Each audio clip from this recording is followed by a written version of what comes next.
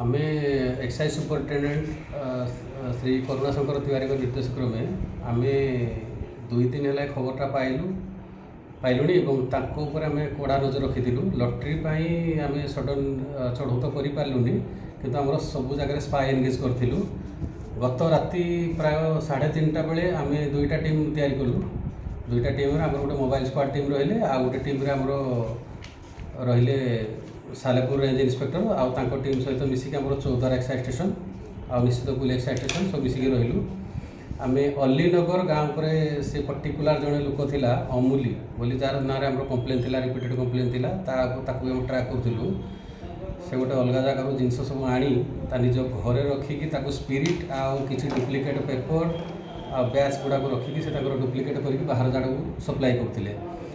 तो main culprit को तो आम काली रात धरी पारिनु किंतु तांकर से टाइम रे से लुचेआ चेष्टा करते बापा से जिनस गुड़ाक हठात छात उपर तलू फोपाड़ी देवा टाइम रे आम निज हेफाजत को नहींचु पचरा उचरा बर्तमान मेन आक्यूज बर्तमान सुधा धरा पड़नी कारण सी बाहर अच्छी नहीं आम तो मुझे निजे स्क्वाड बेटर आईआईसी आम कम दिन भितर आसिया भितर आम कंटिन्यूसली रेड करूँ।